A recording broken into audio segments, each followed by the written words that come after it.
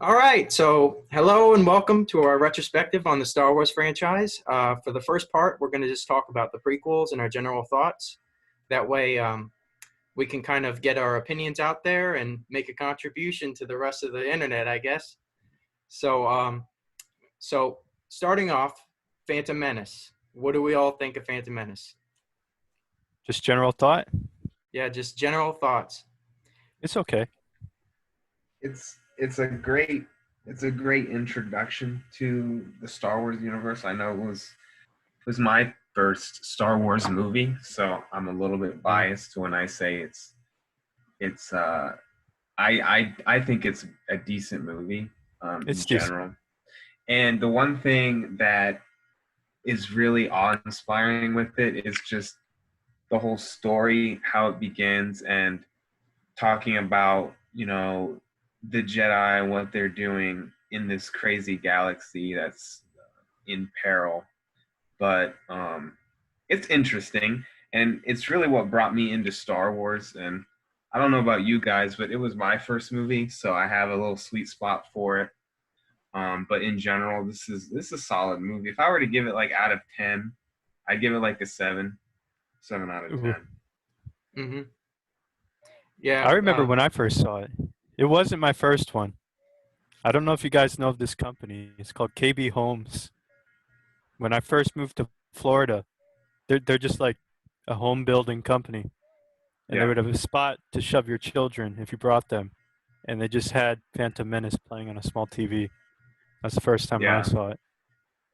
Mhm. It's probably the same size of this laptop. I'd give it maybe 6 out of 10. Not as much, but That's it's not fair. awful. That's fair. Yeah, I definitely have a sweet spot for it. It's like I said, it's the first Star Wars movie I watched, and I just remember having that movie on repeat, playing over and over when it came out on DVD. So it's really what introduced me to the Star Wars universe, and it's like I said, I have a sweet spot for it, but that's Yeah. just me. For me, um, I didn't actually start off with the first movie. The first one actually I remember watching to this day is Attack of the Clones, Ooh. and Hmm. that's the one I saw in theaters. Obviously, Phantom Menace came out in '97 when we were all kids. So, oh well, I guess we weren't even born yet. I mean, I was born in December, so I guess it was somewhere around that time. But Was it 97? I thought it was 99. I think I saw Revenge of the Sith before I saw Phantom Menace. Now it that I could think it about could it. have been '99. I'm not too sure. Um, Yeah, I I think used. it's a year after we all were born. Oh, okay. Yeah. Yeah, it says here 1999. Oh, So okay. I mean, So I had a little we were wrong. all young. We were all like 1 years old. You know what I mean? Yeah.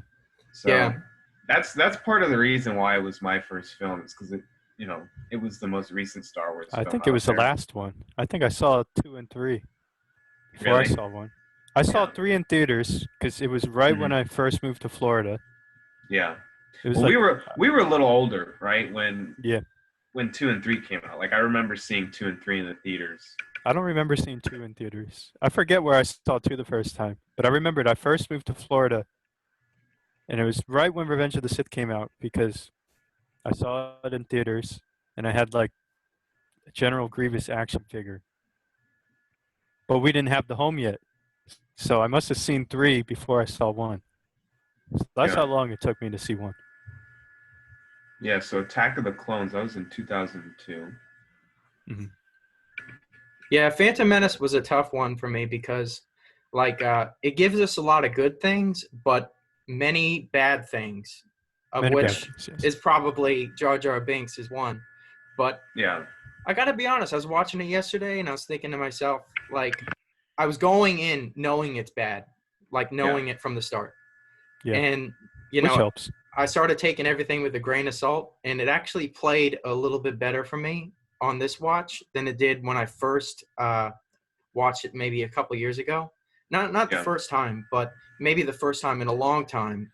So now that I've given it a watch again and given it another shot, it's it plays a little bit better for me now than it did Hmm. then. but I think it's because of the extended lore from the books and then the cartoons and then the all the series that have come after it. Yeah, It's kind of made it a little bit. It's softened the blow of the movie, you know. for sure. And I think that's one thing that we have to keep in mind is because, this was the first Star Wars film since the 80s, Yeah. and people came in with really, really high expectations for this movie. And if it was like a film on its own, I feel like the blow wouldn't have been as hard. People wouldn't have taken it uh, so bad. You know what I'm saying? Yeah. They had super high expectations for this film based on movies they saw 20 years ago. Well, that's the thing. When we get into episode 2, also, I'm gonna say I hate it, but when you compare it to like other films, I've watched it countless times. How many other movies have you watched that many times? So, in the grand scheme of things, do I really hate it? No, it's just based on the expectations. But you got to think, okay, so this movie, right? It's got some bad things, like namely, okay, Jar Jar Binks was a little silly or whatever. I hate the Viceroy. There's some really goofy, like some of the first words he says. I hate. There's some really goofy aspects. Anakin, kid Anakin, that kind of stuff. But there's also really cool stuff like you haven't seen before in Star Wars. This was like Maul, the double-bladed lightsaber, the pod racing, all that kind of stuff. And a lot of this stuff, like especially back then, this was groundbreaking, like CGI groundbreaking stuff. I mean, I think the character of Jar Jar Binks was like one of the first CGI characters ever. Like this was like groundbreaking, technology that they used for this film, which is pretty incredible if you think about it. Mm-hmm. And the way that they do both practical and CGI effects is something and they make it so seamless. It's something that I think is really unique to like just Star Wars. There isn't really another franchise that I can say that does it so well. Mm-hmm. Yeah. One thing that I've seen recently in a lot of reviews is a lot of people talk about whether this movie is necessary to the Star Wars universe, whether it should have even been 3 movies and should have just probably been 1. A lot of people think they should have just skipped to Revenge of the Sith and that storyline of how they fell. And they probably could have just included things from this movie like young Anakin and moved it all the way to the 3rd one. That way it's sort of like you're getting the rise and the fall at the same time. Yeah. Because I think this one, the importance isn't really on Anakin. It's more about the world and how it gets to that later point. Like Palpatine, how kind of the Republic is starting to fall. It's more important in that sense than like Anakin. Yeah, I agree. I think it's an interesting aspect if they would have had it in 1 or 2 films. But I'm sure, George Lucas had his plan for a trilogy. And one could argue that it could have been shorter, and you could also argue that for this new trilogy, you know what I mean? There's just some things that didn't really need to be in it and some things that did, but in the grand scheme of things, what we have is, I think, in terms of the prequels, I think what we have is it's a treat, and it's almost gotten to the point where they were so hated, when we were younger, to the point where there's some of like, at least for our generation, there's some of our favorite movies are in there. You know what I mean? Yeah. Mm-hmm. Yeah, but it's like it's gotten to an interesting point where it's almost like a, I don't know how you'd say, like a cult classic kind of thing. It kind of is. You kind of have to be like really, really in it. You know what I mean? To understand, why people, change their mind about these films. Yeah. I've changed my mind about this movie. There was a time, maybe if you asked me 10 years ago, what do you think? I'd be like, oh, I hate it. Yeah. But now it's like like I love it, then I hate it, and now I think it's pretty good. It's all right. Yeah. I mean, it's definitely not as bad as people freaked out about, in 1999. Oh, yeah, no. One thing that I really loved about this movie is the score. Like John Williams' score is like, a lot of people are giving him credit for these new movies and the score that he's been doing in the new films, but really he's just recycling old musical notes that he's already done in prior films. So I feel like the most unique music he was making was in the Is in the first original yeah trilogy, and then in the prequels. You know. yeah Well, it was all brand new. Like it was like you said, it's not recycled. And there was some new stuff he did in in the Disney trilogy in the new yeah. Yeah. era. Definitely. But it's like It's not as it's not memorable as exactly, it's these. not as memorable. Like when you Yeah. think of the prequels, you think, oh, Okay. Duel of the Fates, you know what I'm Yeah. saying? Like there's just a lot of really good score in those films that is just like Yeah, like when you play Battlefront, the ones the ones you that stick recognize with you it. the most. Yeah, You it's like recognize it, like prequel ones. the theme to the Confederate army, rolling out, and it's just like stuff that you recognize with these Mhm. iconic scenes and stuff. Yeah. Oh, the Order 66 music. That's also like You know, yeah. Yeah. One thing that always bothered me about a lot of people's critiques of the prequels is that they always seem to have a problem with the droids and everything. And I totally understand. I mean, the droids have terrible dialogue in the movie, but like, you understand the purpose that they serve in the story, Yeah. because they're all building up to the Clone Wars and that whole thing of because the way they fight the droids, which could be just it's assembly line military, you just kind Mm. of assemble more and more, but what do they do in the Clone Wars? They decide to make duplicate copies of the bounty hunter Boba Fett and just continue with that. So I mean, they're kind of integral to the fall of the is it The Republic. the Republic? Yeah. Yeah, the whole clone aspect is really interesting with Django. I think one thing that they have a missed opportunity, but they were able to kind of recover it in the Clone Wars series, is really diving deep into like what the clones thought of the war and that kind of Yeah. stuff. It's a little out of the scope of this conversation, but it's very interesting to see like what they thought, what they went through, and the whole morality behind a clone army, and if they're really people or not, that kind of thing. Do they have rights? That kind of stuff. It's Yeah, I almost think the like only yeah, oh no, sorry. go It's ahead. almost like indentured servitude, or almost or slavery. Honestly, they're a Yeah. slave army. Like that's Yeah. their only purpose. They're not allowed to do anything else. You know what I mean? Mhm. Which is interesting. Yeah. What do you guys think of Obi-Wan's character in this film? Because I've seen a lot of articles and reviews talking about how he's just not he doesn't measure up to the Obi-Wan that we know from the original trilogy, but Well, No, he's not he that gets yet. better with each Yeah. film. yeah, that's the thing. Yeah, he's not there yet.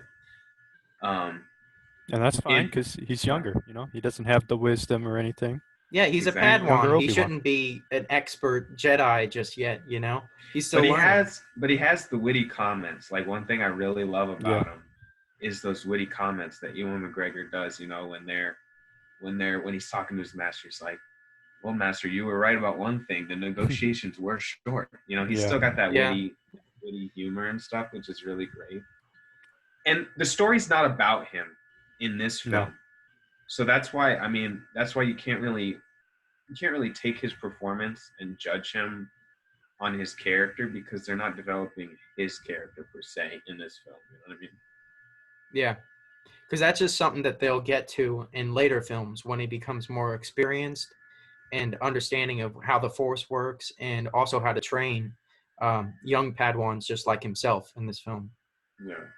Yeah, he goes directly from being trained to having to train. Now, one thing I have to address is there's this theory out there that Jar Jar was pulling this drunken master type of thing where that's his whole fighting style in the movie is Yeah. just kind of act like the lovable idiot. But Yeah. people keep acting like it was George Lucas's plan that by the third film, he overthrows the Jedi and just takes care of the whole Republic that way. Yeah. Like Well, this was his master plan or something. yeah. But I just don't see it. I mean, it's just a funny fan theory in my opinion, but I mean, Jar Jar does have, he has a pivotal moment in which he says that the Senate should give emergency powers to Palpatine, that kind of thing. I think that's kind of where part of it stems from. I think it's just because he's oblivious to the fact that you know the Chancellor is actually a Sith Lord and that kind of stuff. Yeah. And of course, it'd be Jar Jar the one to do that. You know what I'm saying? Yeah. Yeah. But I don't think he's a almighty Sith Lord or anything. No. But Yeah, I think the intention. He's just he's just a lovable character. That's all it is to it. Yeah, I think the intention was just to have some, comic relief in the movie and have a character that's, kind of shows off the CGI that George Lucas is trying to inject into the movie, and also a way of entertaining the kid audience that's watching this movie. Exactly. That's exactly what it is. Like, I've never thought to myself that, Star Wars is a kid franchise, but George Lucas was obviously thinking that, kids watch these movies. So that's going to be the audience I'm going to target a little bit with this. Yeah. As much as some people hate to say it, these movies are not just for adults. They're for kids. If anything, the main audience is for kids. They tried to target towards them so they could sell the toys. The toys made billions more dollars than the movies did. You know what I mean? So any way you put it, the kids are a target audience. You know what I mean? And so are, the adults who were kids and they loved the films, the original films.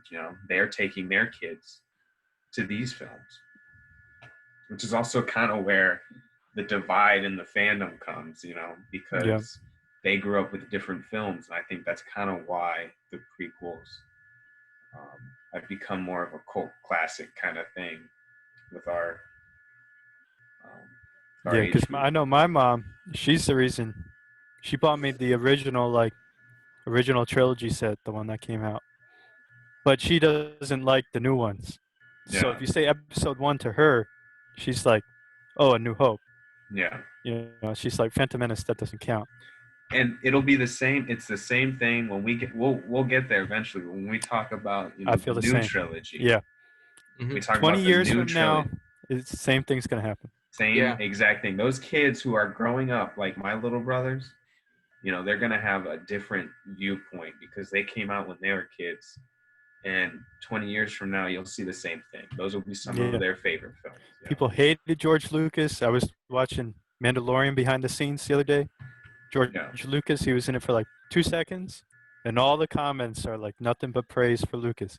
So it's changed. Yeah, it really has. Mm-hmm.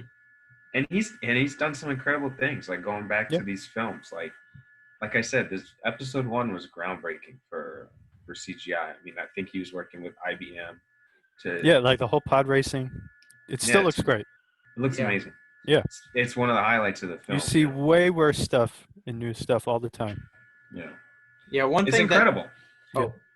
It's incredible. I was gonna say one more thought. I was gonna say it's incredible how well the films hold up, CGI wise, when you're watching them. Yeah.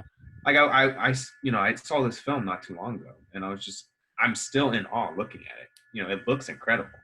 Yeah, some of the backgrounds can look a little weird, but like Jar Jar, you watch some movies that did CGI, and you're like, it doesn't work. Jar Jar, he doesn't look brand new, but he doesn't look awful. Yeah. He looks good. Yeah. He fits. He's not distracting. Yeah. Yeah. It's real sad that, the guy who played I know. Played Jar Jar, it was so tough on him afterwards that he actually was driven to thoughts of suicide. I mean, I think he actually did attempt his life, make an attempt on his life because of the fact that, he was getting bullied day after day. And, the odd thing is, throughout the course of the film, during production, everyone on the cast and crew were patting him on the back, saying, "You're going to be the best part of this movie," and he was so lifted by all that. Yeah. And then when the movie comes out, it's just everyone turns on him immediately, and I'm sure some people were rushing to support him, Hmm. people from the cast and crew, but I mean, he really got it bad, Yeah, and Yeah. it must be hard hitting, especially when you pour your heart and soul into that character and how they act. And I mean, he really took it. He took it hard, and I mean, I mean, Jar honestly, Jar is kind of the magnet for all the prequel hate too. So it's kind of like when he people is. hate on the prequels, he's kind of like the first thing. Yeah. He's like the pull. So he gets a lot of it, But like a I mean, lot. I think now we're seeing, like I said earlier, now we're seeing like a Yeah. shift in the But thought. back then, like Back a then, it lot. was, Yeah. it was bad. And like you said, he did. I actually saw a video where he talked about. He was in an interview where he talked about he almost, jumped off a bridge Damn. and took his That's what it life. was. Yeah. Wow. But I think now he's getting a lot. After he shared his story, he's getting a lot more support and love, which is great to see. And yeah. like we said, watching this movie again, once you understand like where it's coming from, Jar Jar doesn't annoy me nearly as much as he did when I first saw him. Hmm. I mean, when I first saw it, he didn't annoy me at all because I'm a kid. You Yeah. know. Yeah, I don't. Yeah. honestly, For the on main this, audience, yeah, he's on not this, that annoying. on this rewatch, when I was watching his performance, I was thinking to myself, he's doing real good. But the thing is, it's not. It doesn't feel like Star Wars when he's on screen. Like he's doing his best, but it just doesn't feel like the Star Wars you have in mind when you're going into the movie. Yeah, for sure. That makes sense. I mean, people didn't really expect this. There wasn't a Jar Jar in the original trilogy, so people No. weren't really expecting. The only comic relief in the original trilogy was C-3PO and R2-D2, and Yeah. it wasn't to Yeah. that extent.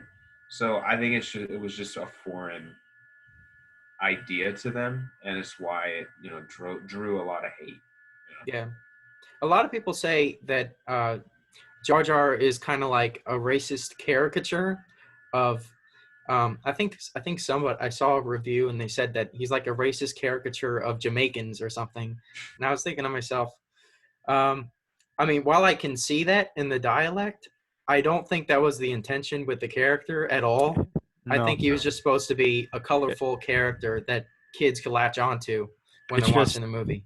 in Phantom Menace, you kind of have him, and then you have Watto that can kind of be like Oh yeah, seen as like caricatures. But Lucas, that wasn't his intent. No, and a lot of it was actually the actor. Ahmad Best.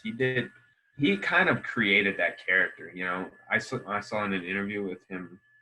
He collaborated a lot with George Lucas on how his character should act, behave. So a lot of that is actually him. Like that Oh yeah. he created this character almost. George Lucas had the drawings and the design of the character, but he had the personality, the voice, all of that. You know what I mean? hmm So I don't think it's anything racial at all or a caricature of Jamaican culture or any of that. So yeah. Just the two last things that I want to get onto about this movie. I want to talk about its its a villain of the film, which is Darth Maul, and then the last part I want to talk about is the Emperor himself and how George Lucas conceals the identity of the Emperor throughout the movie. yeah. On the Darth Maul front, great character, great looking, Oh yeah. one He's awesome looking. wonderful choreography and by Ray Park with that character. Um, forget the voice actor. He's the one guy from Shaun of the Dead, their roommate. Do you know that actor's name, Jared? Nick Frost. That guy. He's the voice actor, and he's only got the one line, one or Yeah. two lines. Oh, but- I just realized who you're talking about. You're talking about Pete. Yeah. Yeah. Yeah. Do you Okay, know sorry. that actor? I don't know his name specifically, but I know this character's name from Shaun of the Dead, Pete. Yeah. Yeah. He's the one who actually did the voice acting. And he only did it for that film. It's now Sam Witwer. He does the voice Yeah. acting for Maul and all the Clone Wars and all that. He's a phenomenal voice actor. But I give the performance mostly to Ray Park because he did, he's the character. He did all the moves, the choreography, and the fighting, and all that. He's just wonderfully talented, and it's just a great villain. Yeah. And really shows like how menacing the dark side can be. You know what I mean? Mm-hmm. I mean, that's one thing I can say about the prequels, that each film gave us a great villain each time. I mean, whether they had enough screen time, that's debatable, but Yeah. I think that when you talk about extended lore that it brought to the franchise, like when you're talking about the books, the games, and the comic books and all that stuff, Mm-hmm. I really think that each film gave us a great character like, Darth Maul, Count Dooku, General Grievous. Yeah, for sure. And then all of the other ones that are from like the Clone Wars and all that. But and yeah, at this point in time, Maul's really making a resurgence. After he came back for Clone Wars, came back in Star Wars Rebels, the show, and back again in Clone Wars season 7. That character is he's beloved by the. I remember Star I was Wars mad community. when he came back, but I was originally upset, but what they did with that character I'm not upset anymore, because they just did a great job. I mean, did a great job. On the one hand, it's stupid. He gets cut in half.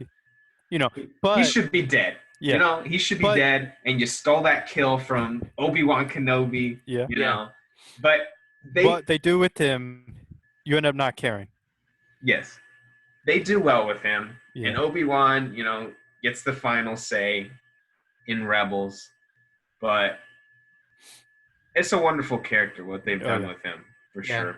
Yeah. Honestly, I think the only way to truly kill off any character in the Star Wars universe is they have to die on screen. Like, they can't fall down a chasm or anything like that. Falling Otherwise, down, if they fall down anywhere, they're alive. They're coming back, man. You gotta chop off heads, man. You gotta do a Dooku. You gotta, boom, done. That man ain't coming back. Yeah, who's dead? Dooku's dead, head off. Yeah. Jango's dead, head off. Yeah. The only two it's safe villains to say died, that Boba Fett is probably still alive. Like, he's probably still sitting inside the pit. They confirmed recently that in Mandalorian season 2, they're gonna have Boba Fett. He's actually gonna be casted by Raheem Morris. Yeah.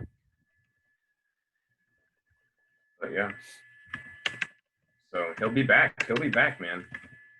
Django's gonna, or Tamura Morrison, that's what it is.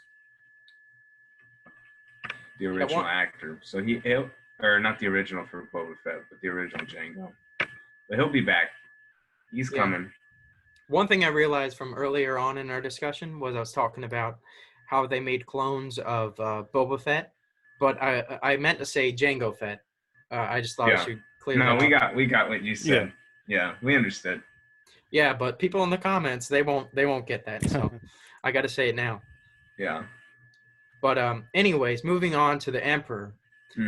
So one comment I saw on a review recently was the guy was saying that it's kind of funny that George Lucas even tried to conceal the identity of the Emperor, considering that we already know going into the movie that Ian McDiarmid played the Emperor back in the old movies. So if he's playing Palpatine in this movie, he's obviously the Emperor, Yeah. So there really is no mystery going on. But to the kids watching the movies, I think it works. Because most of the kids haven't seen it. Most of the kids haven't seen it, and most of them don't really understand it as well as, the older audience. So they don't know that this actor played, the Emperor in Return of the Jedi. Ago. You know what I mean? So, I mean, it works either way. If you know who he is, it actually adds more to the film, in my opinion. That you know who he is and what he's trying to do as Sheev Palpatine, trying to take control of the Senate. It actually adds more to the film and to his character that he is the Emperor. You know what I mean? Mm-hmm. But yeah. So I just got a message saying that we got about 10 minutes left.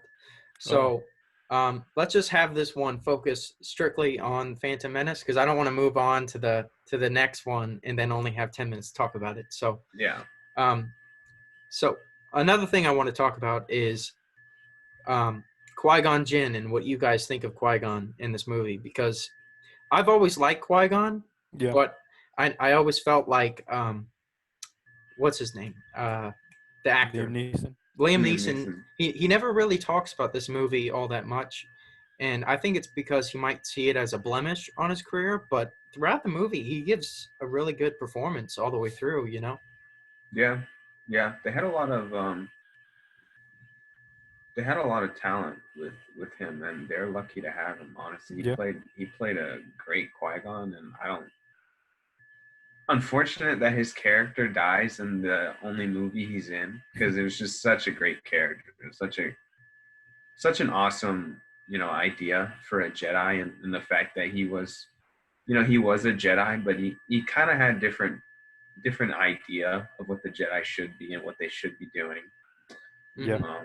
which was one of the reasons why he wasn't on the Jedi Council. Some argue he's quote a gray Jedi for his ideals, Mm-hmm. but great actor, and he might consider it a blemish on his career. I don't know, He shouldn't.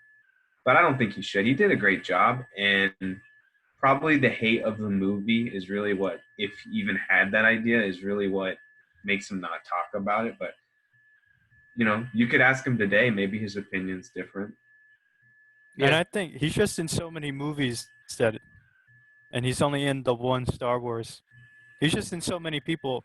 People don't feel the need to ask him about that. That Like, role, yeah, yeah. exactly. Like if you think It's like very Harrison Ford, yeah, it's it's like very similar to Harrison Indiana Ford. Jones. Yeah.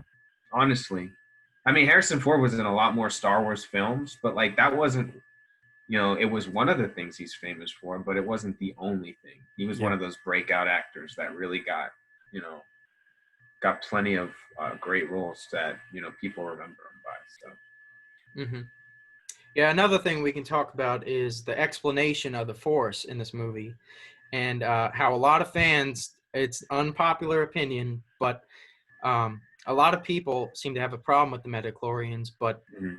I kind of dig the explanation, but it's only because I really do not want to see Ewoks have the Force. Like, I like that the Force is selective. It's not Yeah. going to choose to be an Ewok's thing. Like, I don't want to see an Ewok using the Force. I No. don't want to see a Porg using the Force. I don't Yeah. want to see a Gungan using the Force. It should just be strictly. Yeah, I like that idea that they kind of tied it into like genetics and cells and all that kind of stuff. But it also doesn't see, the thing that made people upset is it's not how it was described in the original trilogy. Yeah. But I think this idea doesn't take away from the fact that the Force still binds the universe and every living thing together, because it's a cellular thing. I think he was just trying to add another layer of depth and story to what the Force is. And they've tried to retcon that idea, but it's there. It's in the movie. They don't talk about it any other time. No. But it doesn't take away from anything, in my opinion. Yeah, it's just unnecessary, but it doesn't really matter in like the in the grand scheme grand of things. scheme. Yeah, It's it not really something to doesn't. get upset over. No. I mean, honestly, I think that the message in the original trilogy with the Force is a lot better, with the idea of it being this force that everyone has it within them, that they can that they always have had the ability to manipulate the Force and use and become a Jedi and that type of stuff, but they just I don't know think how with to this, harness it. that's still kind of true. It Yeah. just depends on how much of it you have. So like when they talk about Anakin, he's like, oh, he has more than Yoda. So like, Yeah, it kind of more gives, opportunity. honestly, it kind of gives a power level to Yeah. the Force. Yeah, yeah, Like not I every, like that. it's Luke really could be up important. here and Han could be way down here. Doesn't Yeah. mean Han doesn't have the Force. I mean, it still works within that sense. It still works within canon, and honestly, it gives this, power level. Yeah. Basically, is how it is described. Power potential, yeah. Yeah, potential and all that stuff. So it's honestly an interesting concept, and I'm okay with that concept. It's a good concept. That only dictates your ability to use, the Force and your potential with it. But that doesn't make you a better, saber wielder, fighting, if you have a blaster, you don't need the Force, that kind of stuff. So, I mean, it's an interesting concept. Yeah. So, uh, gosh, I had something to say here, but I can't remember what I was about to say. Well, what about the final fight? Oh yeah, It's yeah, just awesome. Yeah, we can talk about that for sure. That we can't miss that fight. My favorite The part. whole sequence. That whole sequence. My favorite part is actually after Qui-Gon dies, how Yeah. Obi-Wan, his like reaction to it. I just love just Obi-Wan versus Maul. It's just my favorite part of the It's fight. so awesome, the choreography. My favorite part is when, like, he kind of does that back forward block. You know. Yeah. I don't know why. I just love that part. It's so smooth, and I think he does it twice And that's too. the thing. I was watching this fight the other day. It is pretty smooth. Like, there's a lot of like, it's not a bunch of cuts. It's just, it's fairly smooth. Yeah. It's And great. it's in like very few takes too. You know, Yeah. they're not It's not cutting too fast. and it's not a lot of, you know, the original trilogy is one thing that they kind of harp on is that it's like a lot of cuts to people just swinging the saber, very slow, very. This is like very. I mean, I like that, but it's pretty cool. Like either way Yeah. you put it, but I also is one thing like the prequels specifically are really good about is the choreography and the saber fighting, and it's very smooth and really quick too. It's like what you'd expect, you know, Jedi speed to be fighting at. You know what I mean? yeah. And Duel of the Fates makes this whole fight sequence so much better and so much more grand. You know, like just the way the music is timed to the movements almost it makes the whole sequence that much sweeter when you're watching it. You know. Yeah, for sure. It's just a great fight. Yeah. I mean, I think that almost raises the movie just a notch with its rating. it does. You know, It does. I think that's why it's earned its 5.7 on IMDb. Is it that low now? Last I saw, it might be less. But you know, obviously it is the worst of the whole franchise. But Ooh, I don't believe. I don't. I think well, within the episode 2 is prequels, probably maybe I should just say within the prequels, it's probably the No. worst of the prequels. But I think episode 2 is way I worse, think significantly episode 2 worse. is worse. Yeah, in my opinion. well, honestly, I haven't seen the second So one. right now it's sitting at a 6.5, which is fair. That's fair. It's fair. Fine. It's in the middle of what me and Michael give it, so I think that's pretty fair. Yeah. But it's pretty interesting. It's just a movie for me. It ages better. Like It does. Yeah. It's like a fine wine. Yeah. Yeah, it gets a little bit better with age, but Yeah.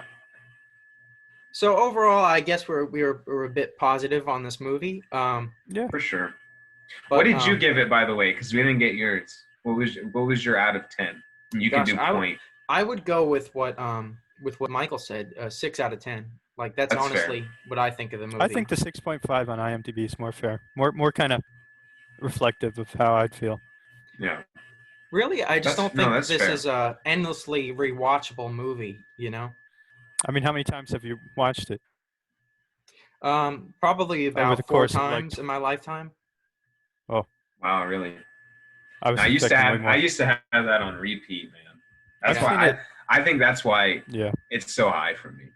I have it at a 7. But all right, guys. So each their own, you know. I hate to cut you off, but we have to end it here because we have less right than a minute. there. So Yeah, you're good.